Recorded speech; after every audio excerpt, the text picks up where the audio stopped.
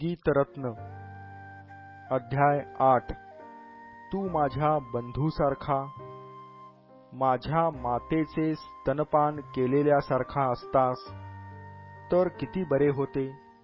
तू मला बाहेर रस्त्यात कोठे भेटल्यास मी तुझे चुंबन घेतले असते. माझी कोणी अप्रतिष्ठा केली नसती. मी तुला आपल्या मातृगृही घेऊन गेले असते.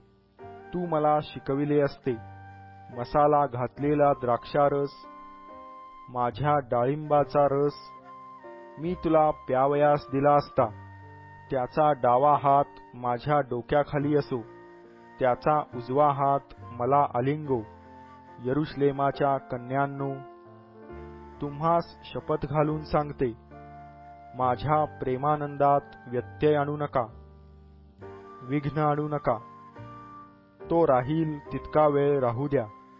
आपल्या वल्लभावर ओठंगून रानातून येत आहे ही कोण?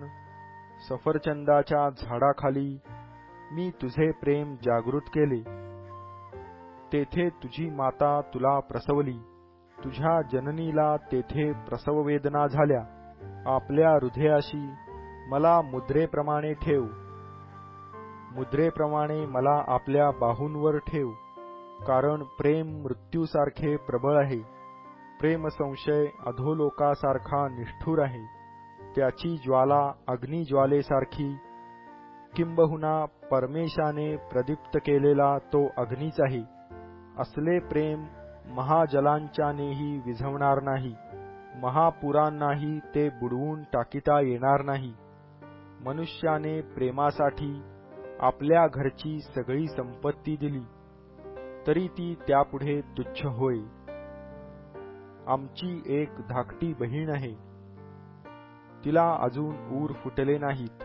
आमच्या ह्या बहिणीस मागणी येईल त्या दिवशी आम्ही तिचे काय करावे? ती तटासारखी असली तर तिजवर आम्ही रुपयाचा मनोरा बांधू. ती वेशीसारखी असली तर गंधसरूच्या फळ्यांनी तिची बंदिस्ती करू. मी तटासारखी होते.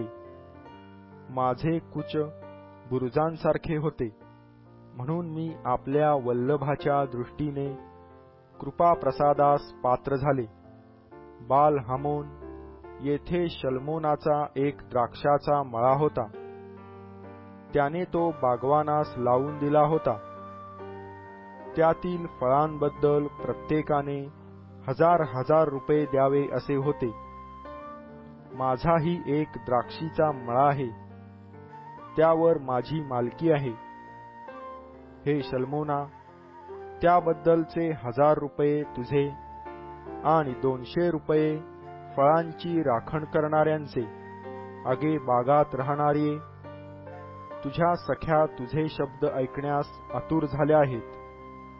मलाही ते ऐकीव. माझ्या वल्लभा, त्वरा कर. सुगंधी वनस्पतींच्या डोंगरांवर हरिणासारखा, मृगीच्या पाडसासारखा तू हो.